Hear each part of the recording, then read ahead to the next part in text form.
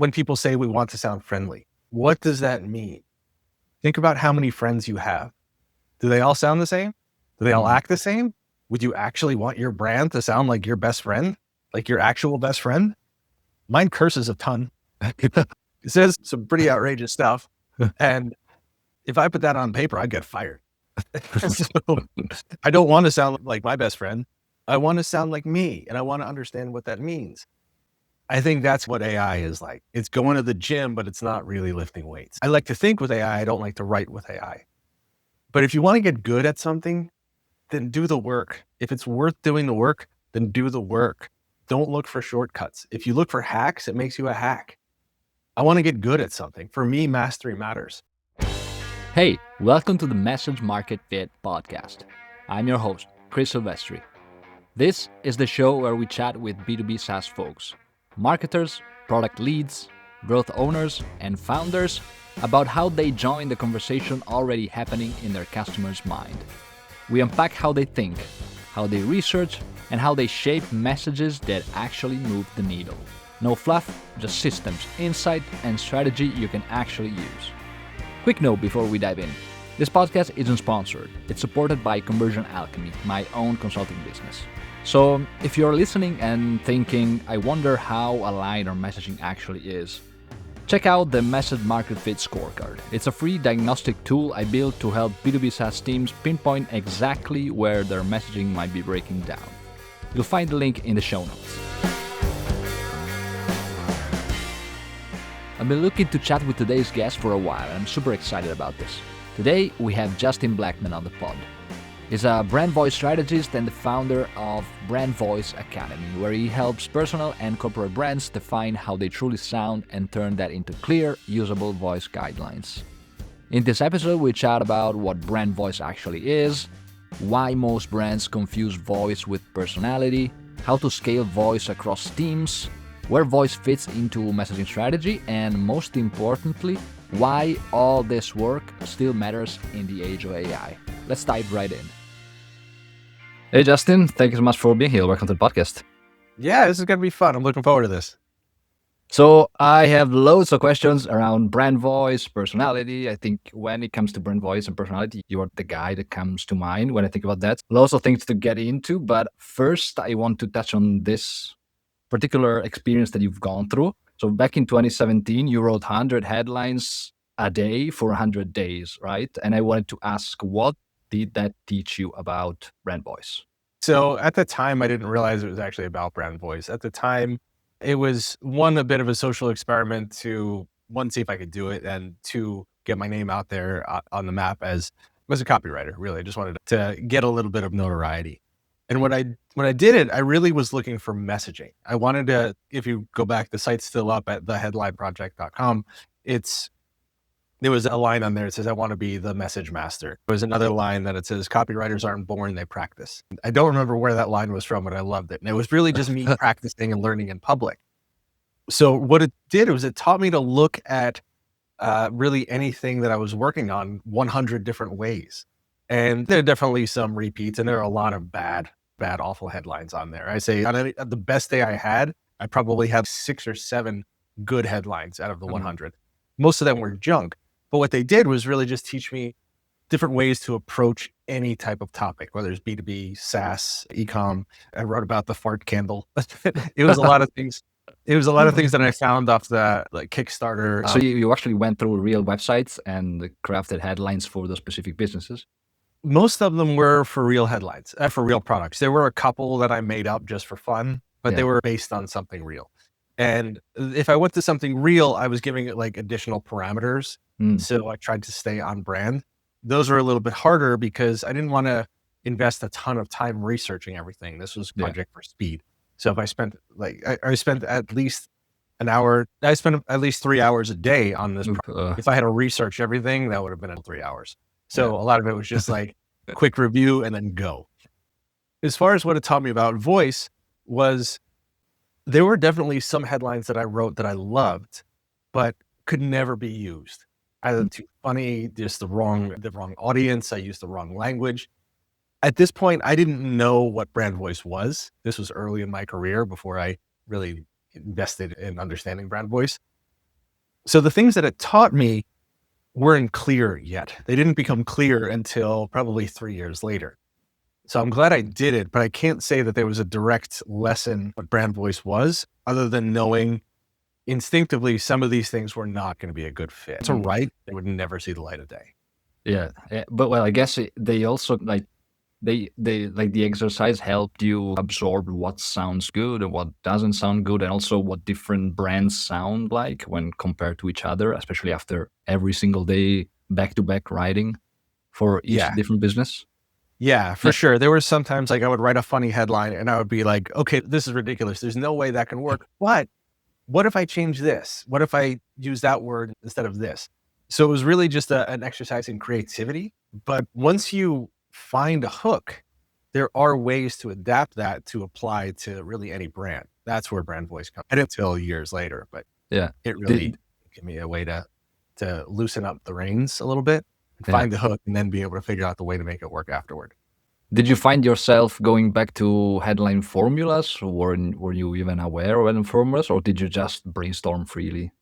Yeah, I had a list of probably 300 headline formulas that I was working Okay. off of. And the first few days were absolutely, I was going back and forth to templates and trying things.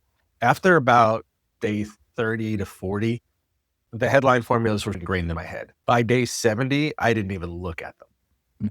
And it was just like, I knew my favorite ones, but they were ingrained. Yeah. And every now and again, I might get stuck or go back to something. The headline formulas were great, but the first few days, I definitely stuck too close to the template and I wasn't as creative as I wanted to be. Yeah. Toward the end, I trusted myself. I knew I can come up with 100 easily. Yeah. It And went from there was mechanical to intuitive. yeah, it was just the conscious competence. Yeah. Is that something that you would recommend people do now? Because I like one thing that I'm thinking about is especially now with AI, where you basically can ask hundreds of different variants to ChatGPT and it comes up with like average stuff. I think building that muscle is super important. One thing that I'm doing now, which kind of I find that it keeps me fresh, is I'm doing the old, I don't know if you're familiar with James Altucher. He recommended doing like the 10 ideas a day thing. So I've been doing that for 2 weeks now. And I find that it's super invigorating, energizing, even just for thinking about in general work or lifestyle stuff. And I think it's probably it was the same for you with this kind of exercise, right? Yeah, it was. And to make it more broader, because look, AI is here. I'm not going to say don't use AI. Yeah. What my thoughts on AI are whatever. But so I'll use this analogy. For the last year, for the last 2 years, I'm going to the gym. Last year was like rough, just family stuff, just life stuff was a lot. So I still went to the gym, but I didn't train hard. About 3 days a week, but I wasn't lifting heavy weights. I was just going through the motions. I wasn't really there. I cut my workouts shorter, about a half hour, and they weren't high intensity. They were just, hey, this is better than doing nothing. At the end of the year, I took a body fitness test. I had gained like 3 pounds of fat and I was actually weaker than I was the year before. So I still went, but I didn't do the work and I didn't get any stronger. Mm. I think that's what AI is like. It's going to the gym, but it's not really lifting weights. Oh yeah. It's not going to make you better. It might make you better at using AI, but it's not going to make you a better writer. It's up to you whether or not that matters. And as a writer, I want to be a writer. It's part of my identity. If I don't write, I don't feel complete. Yeah. Writing with AI doesn't scratch the itch for me. Yeah. I like to think with AI. I don't like to write with AI. But if you want to get good at something, then do the work. If it's worth doing the work, then do the work. Don't look for shortcuts. If you look for hacks, it makes you a hack. I want to get good at something. For me, mastery matters. My courses, the lessons that I teach when I teach copywriters, I go deep in this stuff because the surface level isn't enough to really make a difference with you. And I want to make a difference with you. Mm. When I work with brands, I don't just focus on 3 adjectives and an avatar. I don't say that you're friendly, casual, and human. Like that's the trifecta of nothingness. It doesn't mean anything. Yeah. Show me another brand. Show me a brand that's not human, friendly, and casual. And now you probably can name a couple, and that's the important thing. Look at the ones that aren't. They're doing something unique. When I work with brands, I want to go deeper than just the surface level brown nosing that AI is going to do. I like doing the work. For Yeah. me, it's worth it. Nice. Yeah, let's go deeper into the whole writing and messaging aspect of your experience. I wanted to, so when you started out, you work with like different fields with brands like Puma, Forever Energy, Red Bull, I think. Yep. How did that work influence your understanding of messaging in general and writing? So let's go to Red Bull. I worked for them for 6 years, and the first 3 years I was out in the field where I managed the sampling teams, the Mini Cooper with the big can on the back. I managed a lot of those teams, and like through college and up until that point, I was doing that type of work. I was running consumer sampling, or I was involved in consumer sampling, and I have spoken to hundreds of thousands of people in real life, face to face, in countless situations. And with Red Bull in particular, we'd be going out and giving cans to people who needed to be energized, people who were doing the work. And this could involve, like, in a 4-hour shift, I could be on a college campus, I could be on a military base, I could be in a white collar office, and I could be on a construction site. I had to change my message every single time. And if I stuck to a canned speech, that wasn't going to apply. So what I learned was to read situations and adapt to real-time feedback and consumer responses. Sometimes something didn't go, like an introduction didn't go the way that I wanted it to, so we had to adjust. Sometimes it failed miserably. But over hundreds of thousands of times, you begin to understand what worked. And I actually went on to create a training program there were other people involved in this. It wasn't just me, but I did create a training program for a lot of the Red Bull samplers. And same thing when I was with 5-Hour Energy. Being face-to-face and getting real-time response and real-time reactions allowed me to understand how changing my language and even my posture would affect the situation. And those are things that I bring forward into writing. I have a casual style, I have a casual nature, but I know when I'm writing for a more corporate brand, that has to change. I have to stand up straighter. I have to use different language. I have to match the audience. Yeah. And having spoken to hundreds of thousands of people, I've gotten really dang good at matching the audience. When I learned brand voice and I can match the brand as well, I think that was the deadly combo that really kicked off my. So yeah, you're basically mimicking like the physicality aspect and bringing that into how you write for people as well. Yeah, when I write for certain people, someone pointed it out to me that my posture changes Yeah. depending on who I am.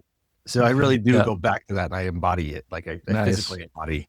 Yeah. There's a lot more to it, but it's just something that still happens. Yeah, it's interesting because my next question, I don't know if it has anything to do with this, but you coined the term brand ventriloquism. Can you explain what that means for our audience? Sure. Yeah. So I got really good at throwing my voice and sounding exactly like other people. And it's like a ventriloquist, they've got their dummy and they're talking with it, but you don't see their lips move. You see somebody else's move. And it sounds different. I got very good at hiding myself to sound exactly like the brand. And I could my voice to match other people. It was just something that was fun. If you're watching a video of this, Super Grover behind me, Muppets and puppetry and silly things were part of my brands.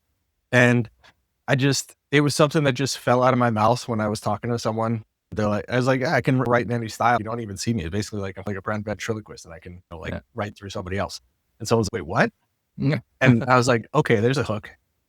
So I just started using it a little bit more. I actually own the trademark for it. And I got back in the copywriting days, I was really good at throwing my voice to sound like someone else. Yeah. Which is also, if you think about it, the essence of good copy is that it doesn't sound like sales copy, right? It sounds like having a conversation with someone who is basically telling you about the product in a persuasive way, right? So you do that, but you also do it in the voice of the brand for your clients. Yep. And with sales copy, there's two schools of thought. There's one that the writer should be invisible and you shouldn't identify or even know that the writer's there. You're just so entranced by the words that you just keep on going. And then there's the other school of thought, which is we want this to sound like us. It's less like direct response copy, although it still is, but we want some identifiable marker on there. We want our fingerprints on the copy. So even if our name is covered, they'll still know it's us. Two different schools of thought, and I played in both camps. And I'm totally mixing metaphors here. I do that. That's perfect. But yeah, I play in both. I enjoy the personality writing a little bit more. It's more my style. But I also know when it's not appropriate and I'm able to adjust to hide myself and become invisible. Yeah. All right. So, how do you define brand voice? So there are a lot of fluffy definitions about brand voice, and most of them seem to be based off of fiction writing. Like voice is your soul on the page. It's the heartbeat of your brand. Well, true, that doesn't help writers at all. It does. It's like one of the things that I like those type of definitions. It's like saying that we want our brand to sound blue. Well, what does that mean? There are about 360 shades of blue, like the sky blue, baby blue, dark blue, light blue, dark. There's so many different shades, and the chances of me thinking the same shade as you, not the same. Those And light you cannot use the hex code to describe the color. Right. The heck of voice. Yeah. But there actually is, like, hex code is mathematical. You can find the exact pixel on a color chart to get it and to match it. Yeah. I approach voice that way, mathematically. And for me, brand voice is three things. It's your vocabulary, it's your tone, and it's your cadence. So the vocabulary is literally the reading level that you write at. Are you using smaller words or big words? Are you saying shoes and sneakers? Are you saying Nikes? Or are you saying the Cross Trainer XJ30? It's like, how specific are we getting? Are we using a longer language, or are we using just short, basic words that are accessible to everybody? The tone is the emotion of your writing. And I'm not just talking about happy or friendly. That doesn't really mean anything. Like the color blue, there are so many levels of happy and friendly. Happy can mean anything from calm and serene all the way to giddy and boisterous and like sounding like an overcaffeinated toddler. We need to know the exact level of the tones. And it's a little trickier to define that specifically. And they do change depending on your medium and your audience and your topic, but we can define them on a pretty granular level if we look deeper. And then the cadence is the rhythm of your writing. To write short, like I write short, I write choppy, I write staccato. Other people write long, wordy bird sentences that go on and on forever and hardly have a comma, and they just seem to run like a Gen Zer wrote it without any punctuation or style, and you run out of breath before you hit the final sentence. Or you write somewhere in between. Yeah. Like we can literally define all these things and put mathematical numbers on it to define your style. So like a graphic designer has the hex codes to know what color you're writing in and know if they get it right. By defining voice as vocabulary, tone, and cadence, we can identify if the writer got it right. Cool. Yeah. I love the specificity and also the fact that you can actually basically measure it, right? In a way. Yeah. There are literally tools. I built a tool to help measure it. I'm not saying that you need to hit the exact same color every single time. We know what range we want to play in. Yeah. And for people who are listening, the tool is called Verbatim, right? And it's like it gives you two kind of a Hemingway app side by side, and it gives you the scores, all the cadence, the vocabulary and tone, right? Yep, it's called the Verbatim. It's verbatimtool.com. Yeah. We'll get you right there. And nice. Yeah, you can put two pieces of copy side by side and see how they match up. Yeah, I love it. Again, we're not match everything's decimal point, but it can. Yeah. Would you use it in what instances? Like, I don't know, you have, I don't know, two value propositions for a page, and you would use that to see if the voice is consistent, or between which types of assets would you use it? It can really be used for any type of asset. It's just, it gives you an apples to apples comparison. If you have something that you like, and then you work with another writer and you just say, this sounds off, I'm defining what's off. So you know what to fix. Got it. That's really the biggest thing. It's like when people, with those fluffy, airy definitions of this is our lifeblood on the page, this is our soul on the page, we don't know. We know when people get it wrong, but we don't know how to make it right. Yeah. With the math, we know how to make it right. We can identify the pieces that are wrong without accidentally changing the things that we love about it. So when a client says, oh, it doesn't sound like us, then you can show them, you can put it into custom and show them, look at it. Yeah. Or sometimes it's typically when someone says it doesn't sound like us, or if they say something's off, but I don't know what, that's usually the cadence. Writers are prone to writing very short. We average with about 8 to 11 words per sentence, where the average sentence in English is about 15 words.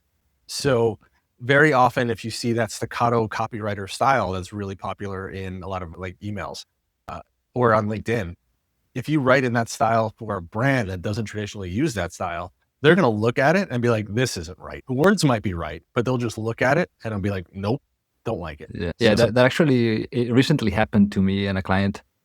I was writing like shorter sentences, trying to vary the cadence as well. But they were like, can we have it a bit more? They said it like natural or smooth.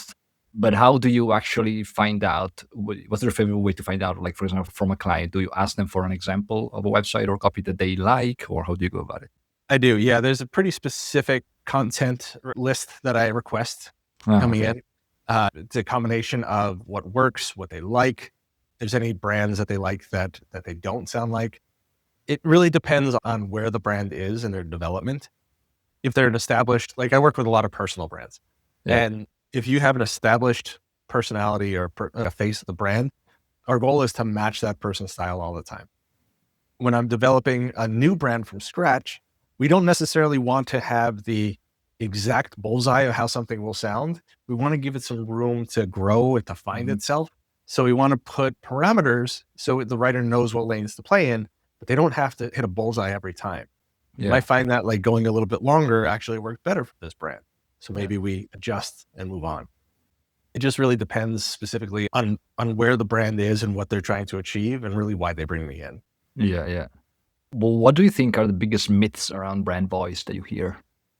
So there's, I'll tell you the biggest one, and it's not so much a myth, but it's a battle that I have to fight. There's a difference between brand voice and brand personality. A lot of the ways that people define voice really apply more to personality. When people say we want to sound friendly, what does that mean? Think about how many friends you have. Do they all sound the same? Do they all the same? Would you actually want your brand to sound like your best friend? Like your actual best friend? Mine curses a ton. It says some pretty outrageous stuff. And if I put that on paper, I'd get fired. So I don't want to sound like my best friend. I want to sound like me, and I want to understand what that means. Maybe when I talk about friendly, is that empathy? Is that sympathy? Is that compassion? Do I have an optimistic viewpoint or a hopeful viewpoint? Because those aren't the same thing.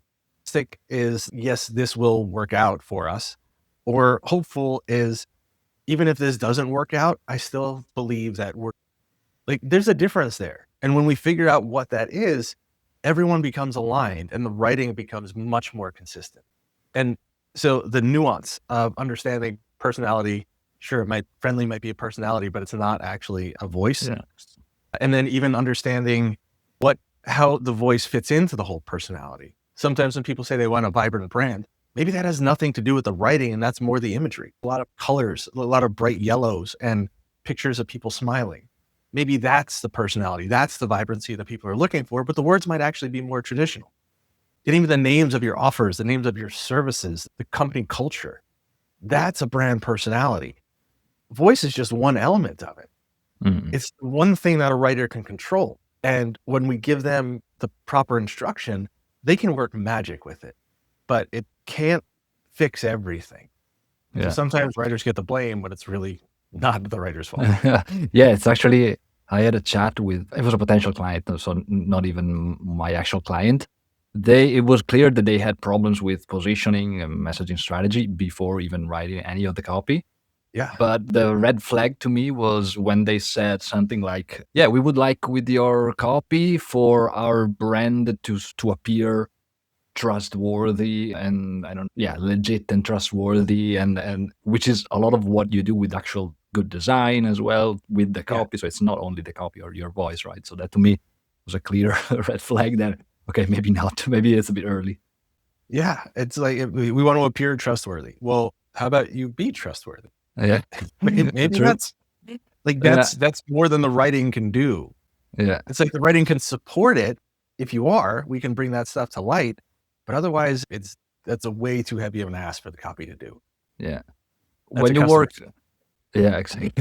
When you work with a brand that still hasn't found their voice, what do you see the signs of it being? So there are a lot of brands who, so this is where I'm going to go against the grain with a lot of copywriters. Copywriting uses a lot of voice of customer, which is great. If you're writing for conversion, you want voice of customer. It should absolutely be in your pages. That's not the thing that I have them with.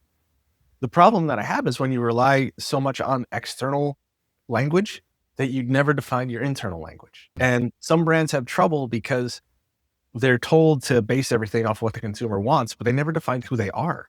So it becomes really hard to sustain something that you're not, something that you're told you should be. I have an inside out approach. I don't work from the outside. When I'm just focusing on brand voice, I'm not making up who you are. I'm defining who you are. It's not, oh, we want to be fun, but are you fun? Let's figure out what you actually are and build the brand voice around that. Then it becomes sustainable. Everyone can understand what it is. We can adjust it and evolve it as things go. But when you create a brand voice out of something that you're not actually embodying, it doesn't work. It fails. And no one quite knows what to do. Everyone has an opinion on what to do and everyone is right because it's never been defined. That's a problem. We need to have a true North Star of what the brand actually is. So to me, the problem is when we've defined the brand voice on the 5,000 foot level, but not the boots on the ground level. 5,000 foot level is that friendly, casual, professional human. There are 8.5 billion humans on Earth. Choose one. Let's sound like that. Yeah. That's usually the problem. Yeah.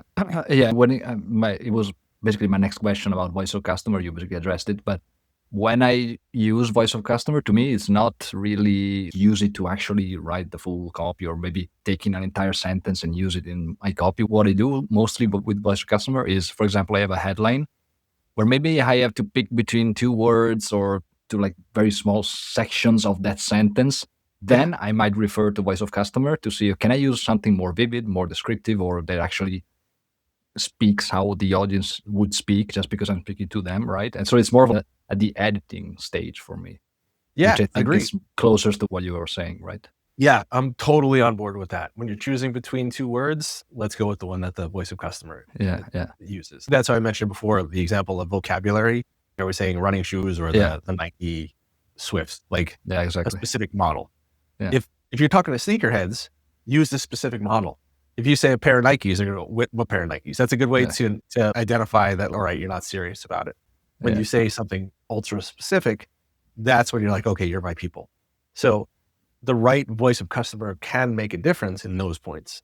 But by defining the level of vocabulary that we're going to use, that's a way to make it more consistent. Yeah. I'm thinking specifically about B2B companies, and I'm thinking in their heads, they might think when they think about voice, personality, how do I balance a strong personality for my brand with being just clear about what I do? Because I think a lot of companies are afraid of being too bold and using much more personality and not being clear enough on what they actually do. When in reality they think, oh, we should just tell them what we do, what this is for, these are the features, blah, blah, blah. So how do you think about that? Yeah, it depends on the user and the brand entirely, but clear is always going to be clever, but that doesn't mean you can't do both. Chris, you've taken the Master of Brand Voice course. Taught copy hackers. So you know my answer to this. There's clear and clever, but what I try to strive for is to be clever with a little bit of cleverness in it. The word clever right there, you get it. Like when you can add in a little pop like that and become clever, you don't sacrifice either one and you stand out in a really interesting way that makes you more memorable. Yeah. I want to talk about scaling your voice, just because a lot of brands, when they grow, and especially B2B, SaaS, you might have different teams, and everyone starts speaking different languages. And from my perspective, like the messaging framework, messaging work that I do helps a lot keeping everyone consistent on the same page, but maybe not at this level of detail. And so I wanted to ask, how do you make sure that everyone's aligned on voice? And actually, you wrote something interesting that I saw on LinkedIn that might be related to this or might not, but you said, give your voice room to grow and your audience will grow with it. So what do you mean by that? Yeah, once you've found your lane, once your North Star, you'll go that way. But we're in a position right now where things are changing across the world. And like even me, I'm shutting down some of my older programs. I'm ready to do some new things and I'm ready to evolve. And I have to let my voice differ a little bit because I'm like growing into a different audience and changing around a few things, trying to different people. So I have to tinker and I have to let go of certain things and I have to trust that I will get it right. And yes, I'm going to lose certain people, but I'm also going to reach a different audience, a bigger audience that I want to. And voices evolve. A lot of times brands will take on the personality and the voice of its founder. But as the company grows, or if the founder becomes too busy to write the content, or even if the CEO changes, Yeah. you're screwed. So Yeah. you have to give a brand room to find its own identity and become who it's meant to be. And sometimes that's a snake shedding its skin. You outgrow something, grow. Not everyone's going to come along, but new people will go with you. So as much as I believe in having a well-defined voice, there are times when you need to review your voice guide and say, you know what, this is who we were. This got us here, but it's time to evolve it a little bit and scale into something new. And maybe that means dropping some of the core elements and not worrying so much about the vocabulary, tone, and cadence for a couple of weeks and just testing stuff out, finding a new message and be like, okay, I got it. Now we understand what this new audience wants and who we are. And now we can define the match. Yeah. Every now and again, you just have to forget the rules for a little bit. Yeah, it's good to have a well-defined voice, but each stage has a different well-defined voice. And sometimes you might just want to take time to explore what that voice is. But that also implies that you still intentionally need to constantly think about what is that voice, right? Yeah. You're graduating to a new voice. Yeah. It's a different level. You've outgrown something. And so understanding how it's going to change, you can make a couple of predictions, but you also have to mess around and find out. Yeah, exactly. Without spilling all the beans, what do you think are the core components of voice guidelines, brand voice and style guidelines? So I will say that my voice guides are way more robust and complete than most would ever imagine. When I'm writing for a defined personal brands, like I've written for Amy Porterfield, to Hermit, Stu McLaren, Ali Abdal, those voice guides can be over 100 pages on the voice. And now granted, that includes a lot of samples. It includes a lot of templates. I'm not saying every brand should have that. But I once worked for a corporate brand and they had I think it was about 65 page brand guide. And there was 1.5 pages on voice. Yeah. There was about 40 on with the Pantone colors and how many pixels away from the corner the logo should be and the angles. There's about 45 pages on design and about 1.5 on voice. Yeah. And that was the friendly human casual type of thing. Okay. So my guides, now I know that everyone's going to read 100 pages on voice, but so typically my corporate guides are more about 35 to 50 pages. They're not for everyone to read all at once, but it's like having a dictionary on your desk. It's a reference and you need it. The more defined the voice, the more you can know when it's right. The more the stakeholders can understand if something is off, here's what to adjust.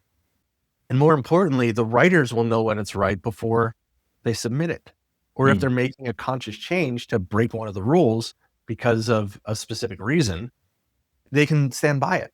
They can identify it. And then the stakeholder can either say yes or no, but it makes approval so much easier. It makes things quicker and it gives a clear black and white answer for what's right and what's wrong. You can't do that by saying it doesn't sound human enough. Again, what human? Because the writer had one in mind and you've got someone else in mind. If you're not thinking of the same person, you're not going to get it right. And it's going to be an extremely frustrating process for everybody. Yeah. More detail than you can ever imagine. That's essentially what should be in a voice guide. Yeah. How do you make those 100-page documents easy to skim or scan when you need to actually ask people to refer to something? There's a table of contents. Everything's broken out with chapter heads. And again, some of it, there could be 7 or 8 pages on punctuation. So you can actually extract those as mini handbooks.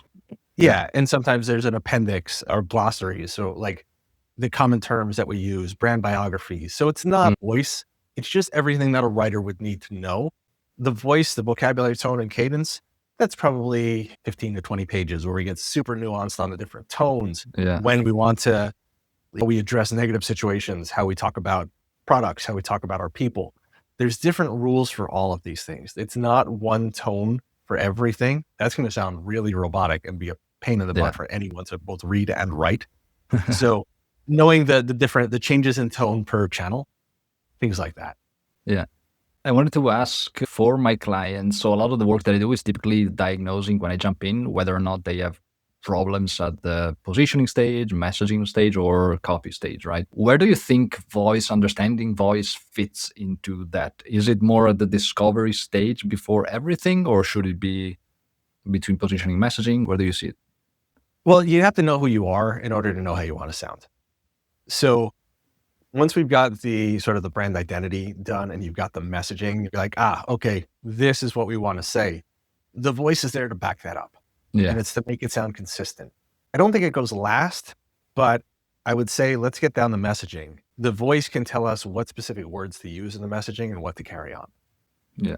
Okay, makes sense. Yeah, what I do is basically have a section, not 100 pages, a section in my messaging frameworks, but it's basically, okay, let's define the messaging and then apply the voice. Yeah. And again, for most brands, it's not going to be 100 pages. For B2B, consumer brand, corporate brand, the voice guide's not going to be 100 pages. I know that no one would read that, Yeah. but I do. And it's not made for everyone to read. It's made for the writer to have. Yeah. So it's a resource. It's not like people tend to have it open in a browser tab for like weeks at a time as they're writing, but they're not reading through it every single day. Yeah. That's a nightmare. I don't want anyone to do that.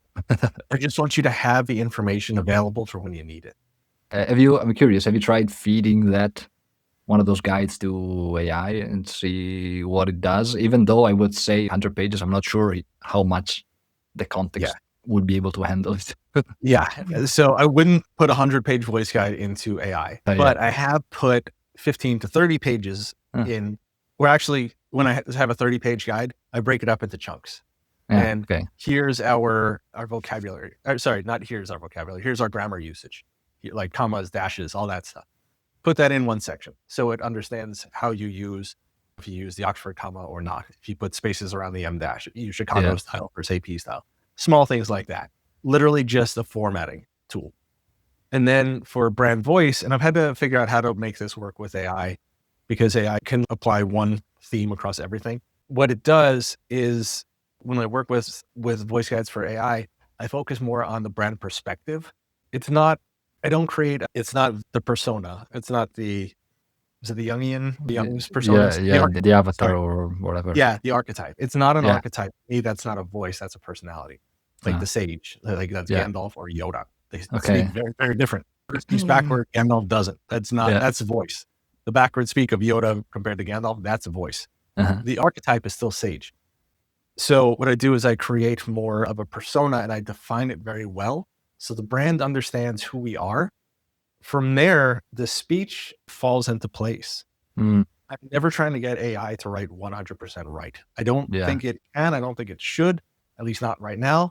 I don't want to eliminate writers because we do things very well. There's a reason why we exist. Yeah. I'm not anti-writer. I'm not even necessarily anti-AI, but I think the way that I've gotten a night and day difference, and this is clients' words, of AI, is by defining the brand's perspective and putting that into whatever bot you're using, and that will make things sound much more aligned.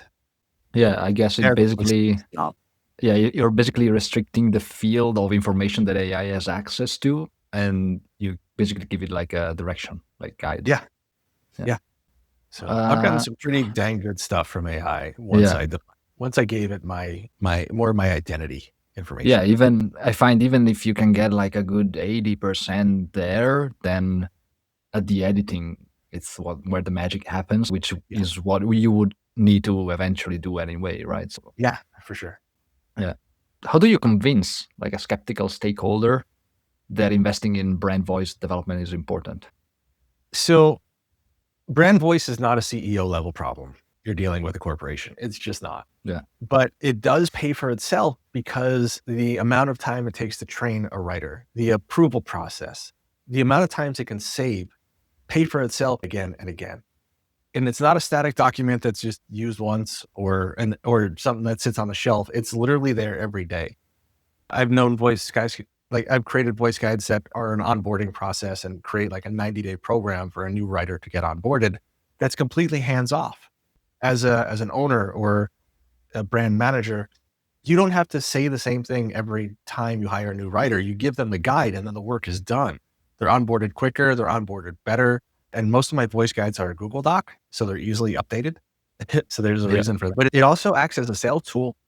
I've created voice guides where people have pulled lines that I've written and put them on their website, have been like created like brand manifestos, become new taglines, new slogans, giving them content ideas, and basically wrote one voice guide that acted like a content calendar for the next year for one brand. That wasn't my plan. They're like, there's so much gold in here and we're going to use it. So it's not so much that it's a C-suite problem, but for the boots on the ground folks and even the 5,000 foot, the middle managers, comes the true North Star so everyone can approve things consistently. Yeah, exactly. Even through different channels or mediums. Yeah.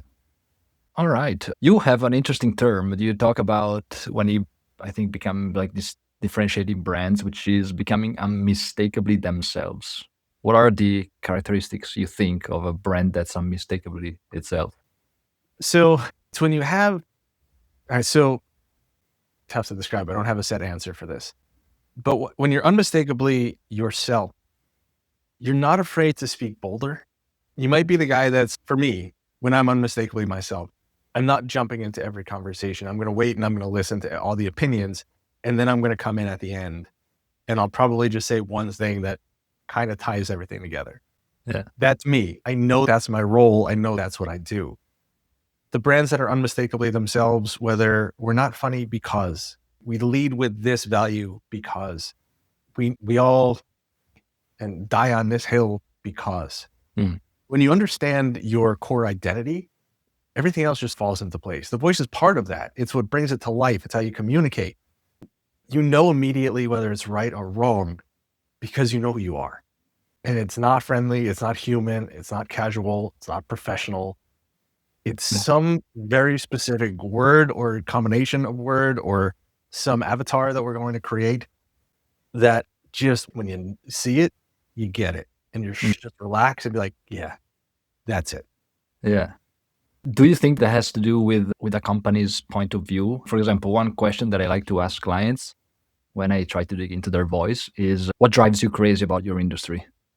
And I find that they give a lot of signs and telltale like signals about what their voice and personality is.